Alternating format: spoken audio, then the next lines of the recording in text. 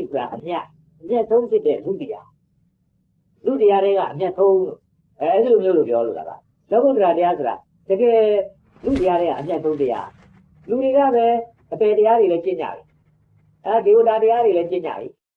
ကာမတုခဏိကတရားတွေပေါ့ဗျာကဲတခါဒီတဲ့တမျိုးဆက်ပြီးတကလားအာတကိလပတာတရားတွေကယူပါတရားတွေလည်းကျင့်ကြတယ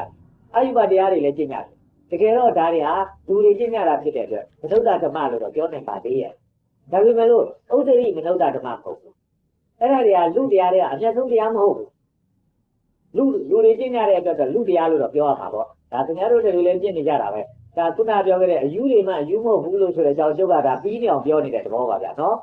တကယ်တော့ဒါလူတွေကျင့်နေကြတာဖြစ်ပေမဲ့လို့လည်းပဲဒီခုနယူပါနဲ့အာယူပါတွေလူတွေကျင့်နေကြတာဖြစ်နေလူတရားတော့ပြစ်တယ်လေအမြတ်ဆုံးတရားမဟုတ်ခုနတော့ဟာဒီသခိုးတရားလူတို့တရားလူလိန်တရားသခိုးတွေကလည်းပဲခိုးဖို့အတွက်ပြောနေတာပေါ့လူလိန်တွေကလည်းလိန်ဖို့အတွက်ပြောနေမှာပဲဆိုတော့လိန်နဲ့သူကလိန်ချင်းကိုထောက်ခိုးတဲ့သူကလည်းခိုးချင်းကိုထောက်အဲ့ခိုးချင်းနဲ့လိန်ချင်းဆိုတဲ့ခိုးရတဲ့ဟာနဲ့လိန်ရတဲ့ဟာကသူထောင်ထားတဲ့အရာဖြစ်တဲ့အတွက်သူထောင်ထားတဲ့အရာကိုပါဠိလိုပြောလို့ဆိုရင်ဓရပေါ့ဓမ္မပဲပေါ့ဒါတခိုးရဲ့ဓမ္မခိုးတာလူလိန်ရဲ့ဓမ္မကလိန်တာပဲအဲ့တော့အဆောင်မို့လို့သူ့ရဲ့အဆောင်မို့လို့သူကဓမ္မလို့ပြောတာပဲအဲ့တော့လူရဲ့အဆောင်ဖြစ်တဲ့အတွက်လူရဲ့ဓမ္မလို့ပြောမှာပေါ့ခိုးတဲ့သူရဲ့အဆောင်လိန်တဲ့သူရဲ့အဆောင်ဖြစ်တဲ့အတွက်ခိုးချင်းလိန်ချင်းဟာသူတို့ရဲ့ဓမ္မပဲပေါ့အဲ့ဒီဓမ္မကဒါအမြတ်ဆုံးလားလို့မေးတော့အမြတ်သူတို့ကတော့အကောင်းဆုံးလို့ဖြစ်နေမှာမကောင်းဘူးလူတွေပြင့်နေမယ်လို့လည်းပဲအကောင်းဆုံးအကျင့်မဟုတ်ဘူးပေါ့လောကုတ္တရာဓမ္မဖြစ်တဲ့ဓမ္မကတော့ဒါလူအနေနဲ့အမြတ်ဆုံးဓမ္မတို့ဆိုအဲ့ဒါကမှလူဓမ္မလို့ပြောတာပေါ့လူဓမ္မလို့ပြောလို့တို့ကလောကုတ္တရာလို့ဆိုတဲ့ဟာကလည်းပဲဘယ်သူမှမရဘူးကြောက်လောကုတ္တရာလို့ဆိုတာဘယ်သူမှမရဘူးဆိုယုံကြအကပဲနဲ့ဟိုကြည့်ရခဲ့တဲ့သူတွေဆိုလို့ရှိရင်လောကုတ္တရာတရားကလေးများရပြီလို့ဆိုလို့ရှိရင်တကယ်ကိုပလင်လောက်ပြီးတော့ပလင်ပေါ်မှာတင်ပြီးတော့ဆိုတာအသုံးကြီးရောက်လို့ယဟန္တာအရဟန္တာအထိရောက်ပြီလို့ဆိုရင်တော့တကယ်ပလင်ပေါ်မှာမသိနဲ့တော့ပဲသူจิตဥခံဖို့ပဲအဲ့တော့ဒီနေရာမှာဒါစင်ညာနာဒီလောကုတ္တရာတရားဆိုတော့အတိပ္ပယ်ဖွင့်ပြတာကကျွန်တော်တို့သိထားတာနဲ့မတူဘူးဗျကျွန်တော်တို့သိထားတဲ့ပုံစံမျိုးကဒါလောကုတ္တရာဒါရှိမှဆိုရင်ဒါဥဒ္ဓရိမနုဿပေါ့နော်အဲ့လိုမျိုးသုံးသွားတဲ့စကားလုံးပေါ့အဲ့ဒီຢာကပုံမှန်အတိုင်းအဓိပ္ပာယ်ဆိုရင်ဒါလူတွေကျင့်တဲ့အကျင့်တွေတဲ့မြတ်တဲ့တရားလူတွေထက်လွန်တဲ့တရားပေါ့နော်အဲ့လိုမျိုးပဲအဓိပ္ပာယ်ထွက်တယ်ဒါပေမဲ့ဒီနေရာမှာတော့ဒါစင်ညာနာကအဓိပ္ပာယ်ကိုအဲ့ဒီတိုင်းမဖွင့်မဲနဲ့ဘယ်လိုဖွင့်လိုက်လဲဆိုတော့လူတွေကျင့်တဲ့တရားတွေထဲမှာအမျက်ဆုံးတရားအဲ့တော့အဓိပ္ပာယ်တစ်ခုကတော့ကွာသွားတယ်။ဘာလဲသူ့ကိုပြောတဲ့အခါမှာဘာဟုနေရောအင်္ဂလိကန်နေရောအနုတ္တရံဘုညခိတံလောကတာဆိုပြီးတလားတခါလေလောကရဲ့စိုက်ပျိုးတဲ့မြေကောင်းတစ်ပွဲသူကနေပြီးတော့အမှုတော်ခံဖို့ရအတွက်ထိုက်တဲ့ပုဂ္ဂိုလ်ကြီးလို့အရဟတ်အဲ့လိုမျိုးလို့မြင်နေကြတကယ်တော့အဲ့ဒီကုံကတော့ကြော့ပြဖို့မဟုတ်ပါဘူးကြောက်မှာပါဒါပေမဲ့ဒီကနေ့လို့သိနေတဲ့ပုံတရားမျိုးလို့အမှုတော်ခံဖို့တက်တော့မဟုတ်ဘူးလို့ပြောပါထို့လိုတာဘုရားရဲ့ဟောခဲ့တဲ့တရားလူပိသားဖို့လောက်ပဲလူပိသားဖို့ပဲလူပိသားသွားရင်လည်းအဲ့ဒီလိုမျက်နှိုးစရာတော့ဖြစ်ပါမှာပါပဲအဲ့ဒီလိုမျက်နှိုးစရာဖြစ်ပေမဲ့လို့လည်းပဲအဲ့ဒီရဲ့အထက်ကမျက်နှိုးစရာဆိုတာမျိုးတော့မဟုတ်ဘူးလို့ဒီလိုပြောရမှာပေါ့ဗျာအဲ့တော့လူတရားအနေနဲ့ရတဲ့ရထိုက်တဲ့တကယ်ဖြစ်ပဲဒါဖြစ်ဟာလူတရားအနေနဲ့ရတဲ့ရထိုက်တဲ့ဟာမဟုတ်ဘူးမြမအဖြစ်ဟာလူတရားအနေနဲ့ရတဲ့ရထိုက်တဲ့ဟာမဟုတ်ဘူးတကယ်လို့များမြမအဖြစ်ရသွားပြီဆိုရင်ဒီသူချုပ်တဲ့ပါဒီလိုပြောရမှာပေါ့ဒီသူကတော့ဖြင့်ဘယ်လိုချုပ်တဲ့တော့လို့မေးရင်သူကာယတွေဒေဝါတွေကာယတွေချုပ်တဲ့ဟာလားဟောပတာရယုတ်တွေချုပ်တဲ့သွားတာနော်အဲ့ဒီမှာမြမအဖြစ်ရောက်သွားပြီဆိုရင်သူမြင့်မြတ်တာမဟုတ်ဘူးသူချုပ်တဲ့သွားတာဘာတွေချုပ်တဲ့သွားတာတော့လို့ဆိုလို့ချင်းသူကာဏဒေဝါကာယတွေမကဘဲနဲ့တက်ခုတွေရောသောတာတွေရောချုပ်တဲ့သွားတာလို့ဘယ်လိုမျိုးပြောရမှာပေါ့နော်အဲ့လိုမျိုးလို့ဖြစ်တဲ့အတွက်ဒီလူကတော့အပြီးဆုံးလူမချုပ်တဲ့ဘူးဘာမှကာဏလည်းမချုပ်တဲ့ဘူးဒေဝါလည်းမချုပ်တဲ့ဘူးကာယလည်းမချုပ်တဲ့ဘူးတက်ခုသောတာလည်းမချုပ်တဲ့ဘူးဒါဖြစ်တဲ့ကားတဲ့ဒေဝတာတွေကရောလို့မေးတော့ဒေဝတာတွေကလည်းသူ့အတွက်တော့ဘာမှမရှိဘူးသူများအတွက်ပဲသူကနေပြီးတော့ဒါရှိနေတာလို့သူတို့ပြောရမှာပေါ့ဗျာအပါယတွေကြတော့ရောလို့မေးတော့ပိုးပြီးတော့တကူအောင်ဆန်ပြီးတော့တောင်မှသူ့အတွက်ပဲရှိပြီသူများတွေကိုတောင်နေတာစီဦးမလို့ဘယ်လိုပြောရမှာပေါ့ဗျာဒါကြောင့်မို့လို့သူတို့ကလူမပီတဲ့လူတွေပြောလို့ဆိုတော့လူအကျင်မပီတဲ့လူတွေလို့ဘယ်လိုပြောရမှာပေါ့လူလားမမြောက်တဲ့လူတွေလို့သူပြောရမှာပေါ့အဲ့လိုဖြစ်တဲ့အတွက်တကယ်လို့များအရိယသစ္စာဓမ္မကလေးကိုရသွားပြီဆိုရင်ဖြစ်ဖြစ်အရိယသစ္စာဓမ္မကိုအဆုံးထိရောက်သွားပြီဆိုရင်ဖြစ်ဖြစ်အဲ့ဒီသူတော့လူချင်းသူတဲ့သူဘာလို့ကိုလုံးမှာလဲကုံတွယ်မှာလားလယ်လုံးမှာလား သေကူမှာလားဓမ္မဆရာတစ်ခုလုံးမှာလားတခြားကိစ္စတစ်ခုလုံးမှာလားဘာလုံးနိုင်တဲ့အနေအထားထိအရင်ချင်းရှိပြီးဒီလိုပြောရမှာပေါ့သူ့တော့တပ္ပုရိသဆိုတော့ခေါ်တပ္ပုရိသဆိုတာတန်တော်ပုရိသောတပ္ပုရိသောပေါ့ပုရိသောဆိုတာကတော့လူလို့ပဲပြောမှာပါယောက်ျားလို့ဆိုတာကတော့အတင်စားပြီးပြောလိုက်တာလို့ပြောမှာပါတန်တော်ဆိုတာကဒါကတော့ထင်ရှားတဲ့သူပိသတဲ့လူပေါ့လေလူဖြစ်ပိသတဲ့သူကိုတန်တလို့ပြောတာပါပဲအဲ့လိုမျိုးလို့လူပိသသွားတဲ့လူလို့ပြောပါပဲအဲ့တော့တကယ်လို့များလေးမဲ့လေးဖို့အထိပေါက်ရောက်သွားအောင်သူဟောခဲ့တဲ့ဓမ္မကလေးကျွတ်တို့ဘုရားဟောခဲ့တဲ့ဓမ္မကလေးအဲ့ဒီဓမ္မကလေးကိုလေးမဲ့လေးဖို့အထိပေါက်ရောက်သွားအောင်ကျွတ်တို့ကရသွားပြီဆိုရင်ကျွတ်တို့လူပိသဆုံးဖြစ်သွားကျွတ်တို့ပြန်နေစိတ်ကိုပယ်ပြစ်ဖို့လည်းမဟုတ်ဘူးရွှေကိုပယ်ပြစ်ဖို့လည်းမဟုတ်ဘူးပန်းနေနတ်သားတွေကိုပယ်ပြစ်ဖို့လည်းမဟုတ်ဘူးဘုရားတွေသားတွေပယ်ပြစ်ဖို့လည်းမဟုတ်ဘူးဆိုလိုတာကတော့အဲ့ဒီလေးမဲ့လေးဖို့ရောက်တဲ့အဆင့်အထိတရားဟောတဲ့ဓမ္မလေးကိုရောက်သွားရင်ကိုရှိတဲ့ရွှေလေးတောင်ပယ်ရမလို့ကိုရှိတဲ့စိန်လေးတောင်ပယ်ရမလို့ပန်းလေးနန်းသားလေးကိုကိုဒီမှာပြက်တည်းဖြစ်နေတခါလဲအမွှေးနန်းသားလေးဖြစ်နေထောင်ထားတာလေးတောင်မှပဲမထောင်ရတော့မလို့ဒီလိုမျိုးလို့ဖြစ်သွားတယ်နောက်ဆုံးမရနဲ့သားကတော့ဘယ်လိုမှကိုမတတ်နိုင်တော့တဲ့လို့ဆိုတာမျိုးလို့အဲ့လိုမျိုးလို့မှတ်တယ်ဗျကိုပိုင်ထားတဲ့အိမ်လေးຢာလေးလည်းပဲအိမ်လို့ຢာတော့ဆိုတာမရှိရဘူးဆိုတာမျိုးလို့ချုပ်တဲ့ပြရမလို့ရှိတယ်ဗျာတကယ်တော့မဟုတ်ပါဘူးအိမ်ကိုအကောင်းဆုံးပိုင်တတ်တဲ့သူຢာကိုအကောင်းဆုံးပိုင်တတ်တဲ့သူမရသားကိုလည်းအကောင်းဆုံးပိုင်တတ်တဲ့သူစီးပွားဆုံးဥစ္စာတို့လည်းအကောင်းဆုံးပိုင်တတ်တဲ့သူဒီလေးမဲ့လေးဖို့ရောက်တဲ့သူကဒီလိုပြောရမယ်ဗျာဘာဖြစ်လို့အကောင်းဆုံးပိုင်တတ်တဲ့သူလို့ပြောရတာတော့ဒါကြီးကဆက်ပြစ်ပဲကြီးလို့ဖြင်းချင်းစရာတော့ကောင်းတာပေါ့ဖြင်းကြမှာပေါ့တကယ်တော့အခုကိုမရကိုပိုင်ကြတယ်ခင်ဗျားတို့တို့လည်းအကောင်းဆုံးပိုင်တတ်တာပဲလို့လူတိုင်းလည်းဖြင်းကြမှာပါပဲတကယ်တော့အကောင်းဆုံးပိုင်တတ်တာဟုတ်ကောင်းမှဟုတ်ပါမယ်ဒါကိုမရလည်းကိုချစ်သက်နေအောင်ကိုလည်းကိုမရကိုချစ်သက်နေအောင်လုပ်ထားဒါအကောင်းဆုံးပိုင်တတ်တာဟုတ်ဖို့လို့ဖြင်းချင်းစရာကြီးမှာပေါ့ဒါပေမဲ့လို့ဘာဖြစ်တယ်လဲဆိုအကြောင်းတစ်စုံတရားနဲ့မြန်ကိုယ်ကွင်းသွားရလို့ရှိရင်တောက်ကြအောင်ဆင်းရဲဒုက္ခရောက်ကြရမယ်လို့ဆိုဒါအကောင်းဆုံးပိုင်တတ်တာမဟုတ်ဘူးလို့ဒီလိုပြောရမှာနော်ပိုင်တတ်တယ်လို့ဆိုတာကပိုင်လဲပိုင်တတ်လို့လဲလွတ်တတ်ရမယ်ဒီလိုပြောရမှာမဟုတ်လားဗျာနော်မလွတ်တတ်ရင်မပိုင်တတ်ဘူးဗျာနော်သူကြောင့်ဆိုဓာတ်ကြိုင်တတ်တယ်ဆိုလို့ဟုတ်လားဓာတ်နဲ့ခုတ်အောင်ပဲခုတ်တတ်တယ်ဓာတ်နိုင်အောင်မထိန်းတတ်ဘူးဆိုရင်ဒီလူဓာတ်ခုတ်တတ်တာဟုတ်ပါပါဗျာနော်ပြည့်ချင်းရောက်ပြကုန်မှာပေါ့ဓာတ်ကိုကြိုင်တတ်တယ်လို့ဆိုတဲ့သူကြတော့ဓာတ်ကိုဘယ်လိုဖြစ်လို့ကြိုင်တတ်ထိန်းလဲထိန်းတတ်ထိုးလဲထိုးရတယ်ဒီလူတလက်မပဲဝင်အောင်ဒါကထိုးရပါဒီလူဓာတ်အကုန်လုံးဟိုဘက်ပေါက်တော့ထိုးရပါဓာတ်နိုင်တဲ့လူဓာတ်ပိုင်တဲ့လူဆိုရင်ထိုးတတ်မှာနော်ဓာတ်မထိုးတတ်တဲ့သူကတော့ထိုးပြီဆိုရင်အကုန်လုံးပေါက်ကျင်လဲပေါက်သွားမယ်ဒီလိုမဟုတ်နဲ့တခါလေတလက်မတော့မထီပဲနဲ့အရေးဓာတ်လောက်တွေပေါက်တာမျိုးလည်းဖြစ်မယ်နော်ဘာကျို့တို့ဘုရားလက်ထက်ကတန်ဖပါတိဟုတ်ဘူးနော်သူတက်ကလေးသွားပြီးပညာသင်ပြန်လာလို့သူတက်ကလေးပြန်ဆိုပြီးတကလားရှင်င်းစီကရှင်င်းကနေခေါ်ပြီးတော့အလောက်ခတ်မလို့တော့မင်းဘာလုပ်လို့တင်တော့ပြောမင်းတက်ကလေးပညာသင်လာခဲ့တဲ့တက်ကလေးပြန်မယ်လို့ဆိုတော့ကျွန်တော်လူတတ်တဲ့လုပ်ပြရတယ်သူကပြောတယ်လေကဲလူတတ်တဲ့လုပ်ငန်းကိုလုပ်ပြရလေဆိုတော့ဒီကောင်တုံမိုက်တဲ့ကောင်ပါဓမ္မပါဏိဆွဲကောင်လို့ရှင်းစရာကြီးပေါ့သူ့စေတနာနဲ့ဘာလို့သူလူတတ်တဲ့အလုပ်ကိုလုပ်နေတာတော့ဆိုတော့သူလူတတ်ကျွမ်းကျင်တယ်သူကဓာတ်နိုင်တယ်ပေါ့ဗျာဆိုလိုတာကတော့ကောင်းဆုံးပိုင်ဆိုင်တက်ချင်းပေါ့နော်တော်လေးကောင်းတယ်ဒီຢာကဒါစကလုံးအသက်ဆန်းပုံစံမျိုးနဲ့ပြောလိုက်ပြီးမိတကယ်တော့ဒါကျွန်တော်တို့ဘုရားဘာသာထဲမှာရှိပြီးသားအဆုံးအမတစ်ခုပဲပေါ့နော်အဲ့တော့ဒါအကောင်းဆုံးပိုင်ဆိုင်တက်ချင်းဆိုတာဒီဘာလဲဆိုရင်ကိုကဒီဆွတ်လွတ်နိုင်ဖို့လည်းပြင်ဆင်ထားရမယ်ပေါ့နော်အဲ့တော့ဒါကိုပိုင်ဆိုင်သမျှဆိုတာကကိုယ့်ရဲ့ဘေယောကမဟုတ်ဘဲနဲ့ပေါ့နော်အချိန်မရွေးတာပျက်စီးသွားနိုင်တယ်လူတက်ဘယ်လောက်ကျွမ်းကျင်တယ်လို့ဆိုလို့ကျင်လူတယောက်ကို level ကနေပြီးတော့တခါဓာတ်နဲ့ခုတ်ကြတယ်တစ်ချက်တည်းနဲ့ခုတ်တစ်ချက်တည်းနဲ့ပြေပါဒါဆိုရင်သူ့ဘာမှမခံစားရဘူးလေဒါအဲ့တော့ तू ကအဲ့လိုမျိုးလို့လူတွေကို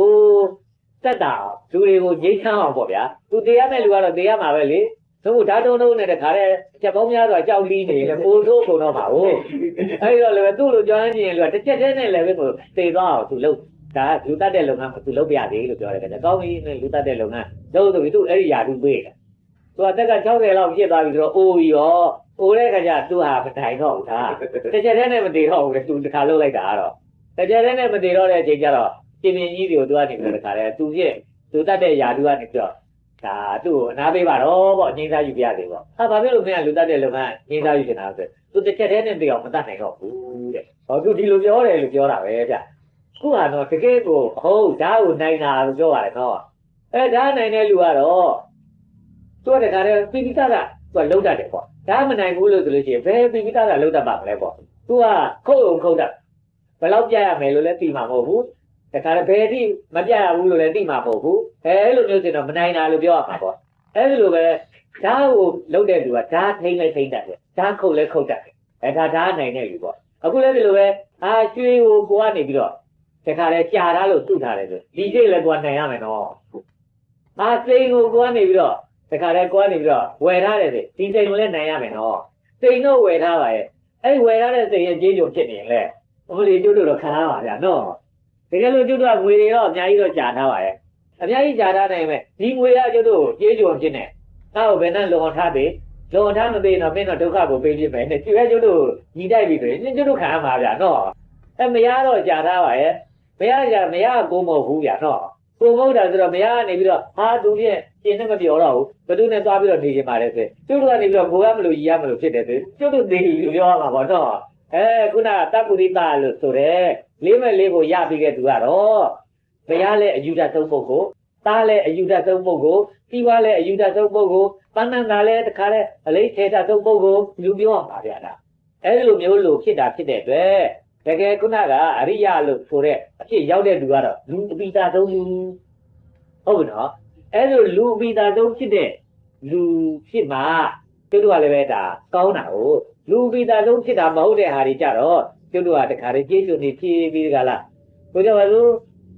ဒါကိုလှုပ်လိုက်တယ်ဒီလှုပ်တာလေးကအရင်တော့လှုပ်ဘူးလို့ဒါလေးတော့မပြောင်းကတော့လှုပ်နေဦးမှာပါနဲ့တခါတည်းငကောကပတိစိတ်ဘူးတယ်ဆိုတော့ဗျာအလုတ်ကလည်းမအားလို့လို့တကောင်ကလည်းတိုင်းနေပြီးကိုယ့်အိမ်ကိုပြန်ရောက်တဲ့အခါကျတော့ဒီကနေ့ပတိစိတ်တာလေးတော့ပြက်လို့ဖြစ်ဘူးဆိုပြီးတော့အဲ့ဒါနဲ့ပဲထိုင်တဲ့ရတာနောက်ထပ်တနားရီလောက်ကုန်သွားတယ်ဆိုတော့ဗျာဒါပါလို့သူပတိရဲ့ကြေးကြုံဖြစ်နေတာလို့သူတို့ပြောရမှာပေါ့ဒါတန်တရားလဲနေတာအဲ့လိုမျိုးလို့တန်တရားလဲရတဲ့လုပ်ငန်းကလူလုပ်ငန်းမဟုတ်ဘူးတို့ဗျာတော့လူဗီဇသွားအောင်ဆိုလူလုပ်ငန်းဖြစ်တဲ့အရိယသစ္စာတရားလေးကိုသိသိချာချာဟောခဲ့ဒီအရိယသစ္စာတရားကလေးကိုလုံးမိတဲ့သူသာဖြစ်ပြီလို့ဆိုရင်ကတော့ဒီလူကခုနပြောတယ်သူကအရင်တော့လုံနေတာလေးမပြတ်အောင်လုပ်တာလည်းမဟုတ်ဘူးဘာလေးကဘယ်လိုကြောင့်လုံနေရတာလည်းမဟုတ်ဘူးအဲ့ဒီလုပ်ငန်းကိုလုပ်ချင်လို့လုပ်နေရတာလည်းမဟုတ်ဘူးသူ့အနေနဲ့ကြည့်လိုက်တဲ့အခါမှာလုံတဲ့လုံထိုက်တဲ့အတိုင်းထွာအကြောင်းတက်ရှိနေရလားလို့သူကြည့်လိုက်တဲ့အခါကျဒါလုံတဲ့ဒါလုံထိုက်တယ်လေသူအခုတွေ့တဲ့အခါမှာအခုတွေ့ရှိချက်အရာသစ္စာနဲ့သူ့အမြင်သစ္စာနဲ့သူသုံးဖြတ်ပြီးလှုပ်သွားတာဖြစ်တဲ့အတွက်ဒီလုပ်ငန်းကတော့ဘာကြေးကြောမှမဟုတ်ဘူးသူကအကောင်းဆုံးလူလို့ဒီလိုပြောရမှာပေါ့အဲ့ဒီအရိယလို့ဆိုတဲ့အကောင်းဆုံးလူဖြစ်ဖို့အတွက်သူတို့တွေကိုဘုရားနေပြီးတော့ဒီအရိယသစ္စာတရားဟောခဲ့တယ်ဒီအရိယသစ္စာတရားဟောတဲ့အခါမှာဒီအရိယသစ္စာတရားကသွေဖယ်တဲ့လမ်းကြောင်းဖြစ်တဲ့ကမ္မတွေအဲ့ဒီကမ္မတွေကိုသူတို့ကလုပ်ရင်တော့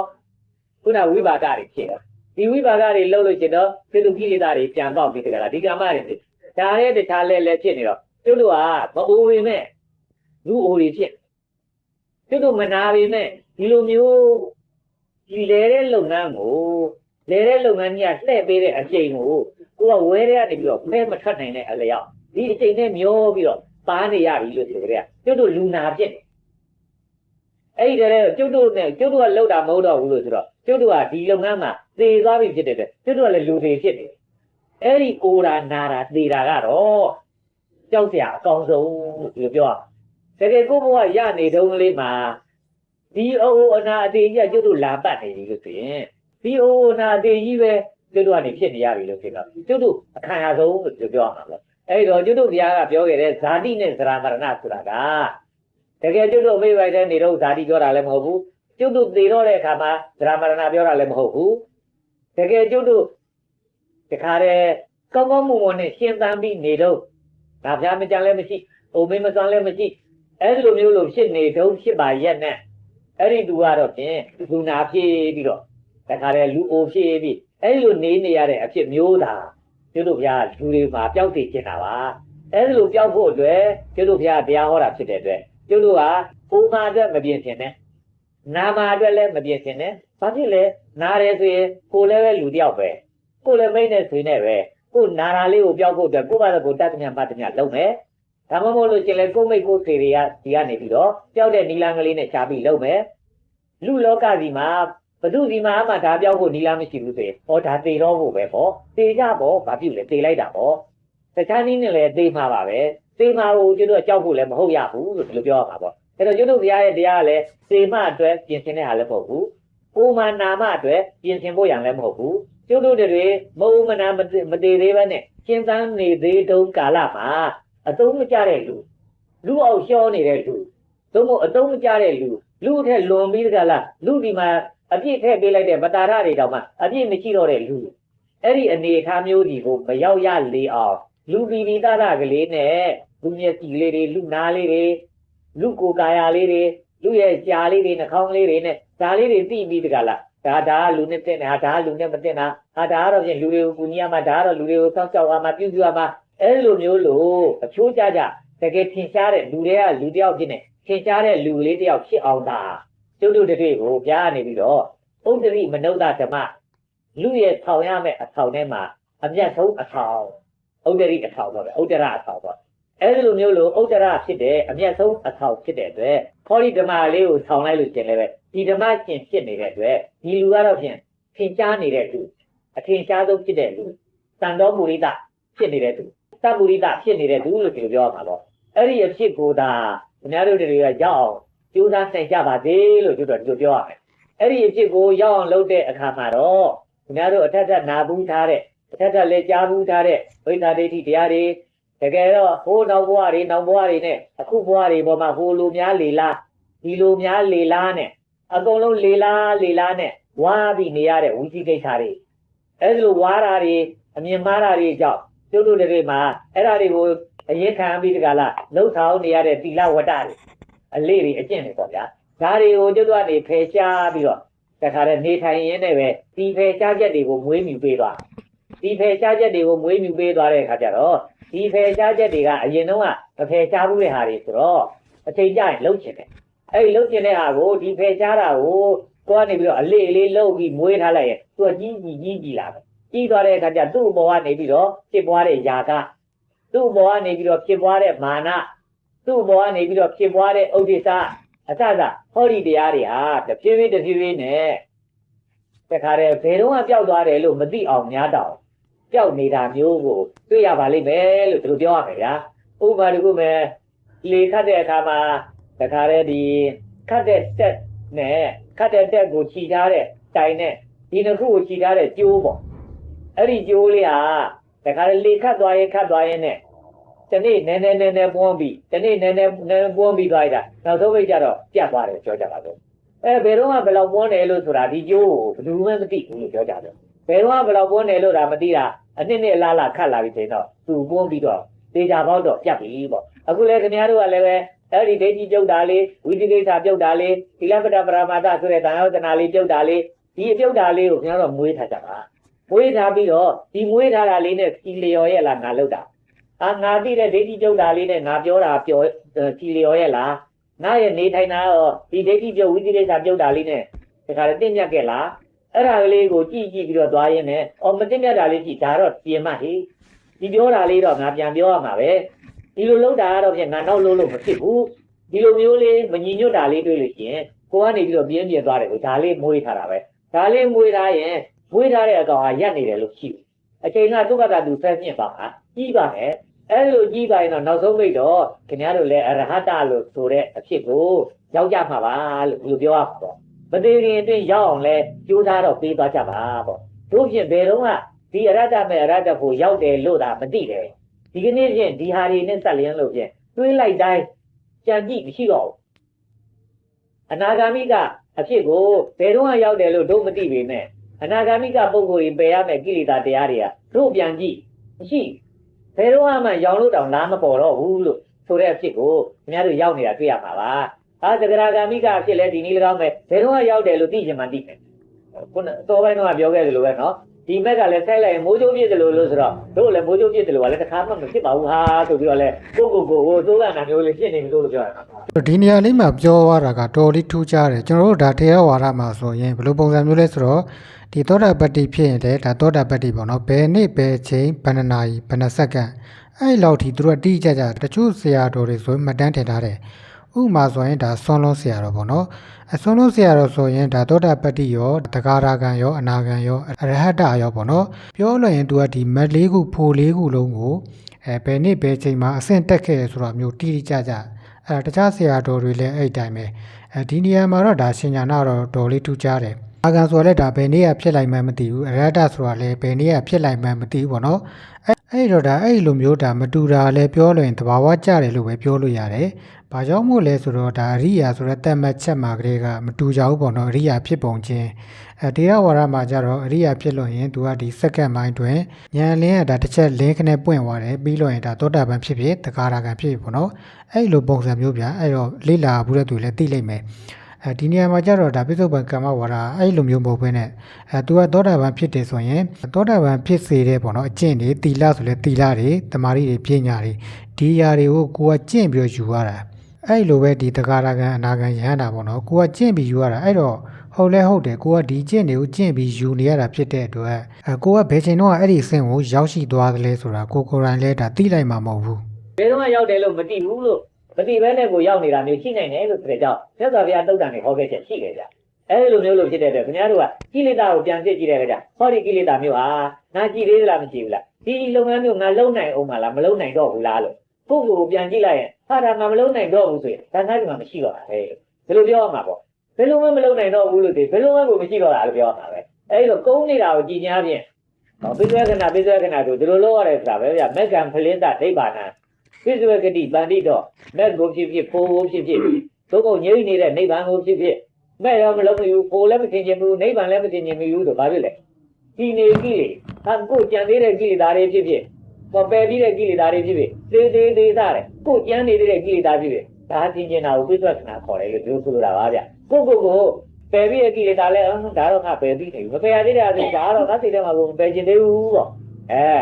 ့ဒါမှမဟုတ်လည်းပဲနိဗ္ဗာန်ဖြစ်မသေးလဲဒါတော့ငါငြိမ့်နေတာပဲဒါမှမဟုတ်လို့ရှင်လဲဖိုးတို့မဲ့တို့ဖြစ်မသေးလဲဒါဒီလိုမျိုးလို့ထင်ချင်တာလို့ဒီလိုပြောတာပါအဲ့လိုဆိုလိုတာတော့မဲ့ကြီးကြရင်မိုးကျုပ်ပြစ်တယ်လို့ထင်ရှားလာမယ်လို့ဆိုတာမျိုးမမှတ်ပေးကြပါနဲ့ကိုကိလေသာပြန်စစ်ကြည့်တယ်ကိုဘာသာကိုသိပါတယ်ပေါ့အဲ့ဒါကလေးဒါခင်ဗျားတို့အခုသိနေကြတဲ့ဒီ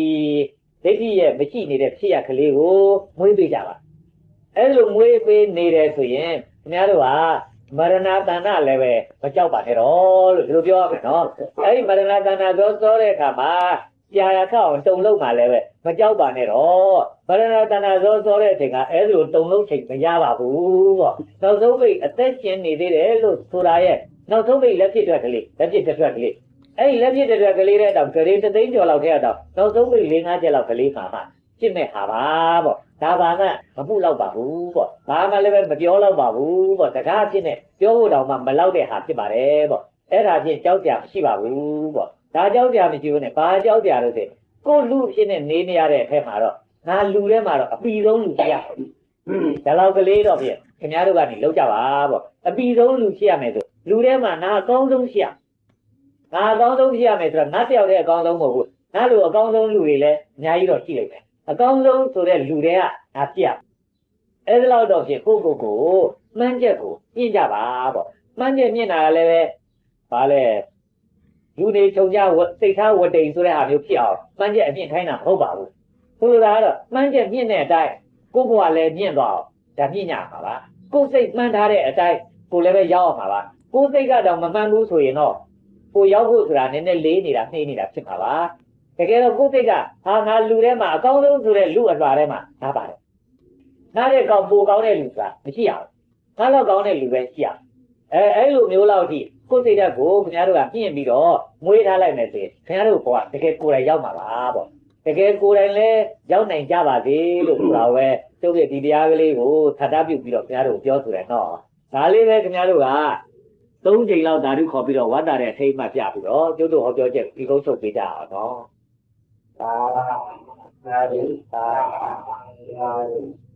ခုဗီဒီယိုမှာဆိုရင်ဒါထူးခြားတဲ့တွေးခေါ်တွေပါတယ်လို့ပြောရမှာ။ဘာကြောင့်မို့လဲဆိုရင်ကျွန်တော်တို့ကဒါကိလေသာတွေပေါ့နော်ဒီလောဘတွေဒေါသတွေမောဟတွေအဲ့ဒီຢာတွေကိုကိုယ့်ရဲ့တန်တန်ကိုယ့်ရဲ့စိတ်ထဲကနေလုံးဝပေါ့နော်နောက်ထပ်ပေါ်မလာတော့အောင်လှုပ်ချင်တယ်ဆိုရင်ဒါကျွန်တော်တို့အရင်တော့ကသိခဲ့တာကတရားထိုင်တယ်ထိုင်ပြီးလို့ရင်အခုလိုမျိုးဒါဝိပဿနာစိတ်တွေတက်မယ်တက်ပြီးလို့ရင်ဒါ message တွေဖြစ်မယ်ပေါ့နော်အဲ့လိုမျိုးဒါ message ဖြစ်လာတဲ့ချိန်မှာကိုယ့်ရဲ့တန်တန်မှာအဲ့ဒီကိလေသာတွေကတခါတည်းလုံးဝပါသွားတယ်ပေါ့နော်နောက်ထပ်လုံးဝမဖြစ်တော့ဘူးအဲ့ဒါကဒါကျွန်တော်တို့သိတဲ့ဒီနီလန်တစ်ခုပေါ့အဲ့တော့ဒီဗီဒီယိုထဲမှာဆိုရင်တော့ဒါရှင်ညာနာပြောရတာကတော့အဲ့လိုမျိုးမဟုတ်ဗျသူကဒါကျွန်တော်တို့ကဒါလောဘကိုပယ်ခြင်းနဲ့ဒေါသကိုပယ်ခြင်းနဲ့မောဟကိုပယ်ခြင်းနဲ့ပေါ့နော် အဲ့လိုမျိုးပယ်ကျင်လို့ရင်ကျွန်တော်တို့ရဲ့စိတ်နဲ့ပဲဒါပြန်ပြီးတော့ကျင့်ယူရမယ်ဆိုတော့ကိုကဒေါသထွက်မယ်ဆိုရင်တော့မှကိုကကိုယ်စိတ်နဲ့ပေါ့နော်သတိထားပြီးတော့ဒေါသမထွက်ကောင်းဘူးလောဘလည်းအဲ့တိုင်းပဲတခြားကိလေသာတွေအကုန်လုံးကိုလည်းအဲ့တိုင်းပဲပြောလို့ရင်ကိုစီမှာဖြစ်မလို့ကိုယ်တိုင်ဒါလေးကျင့်ယူရတဲ့သဘောမျိုးအဲ့လိုမျိုးလေးကျင့်ယူရင်းနဲ့ကိုယ်စိတ်ကနေလုံးဝပယ်သွားနိုင်တာမျိုးပေါ့နော်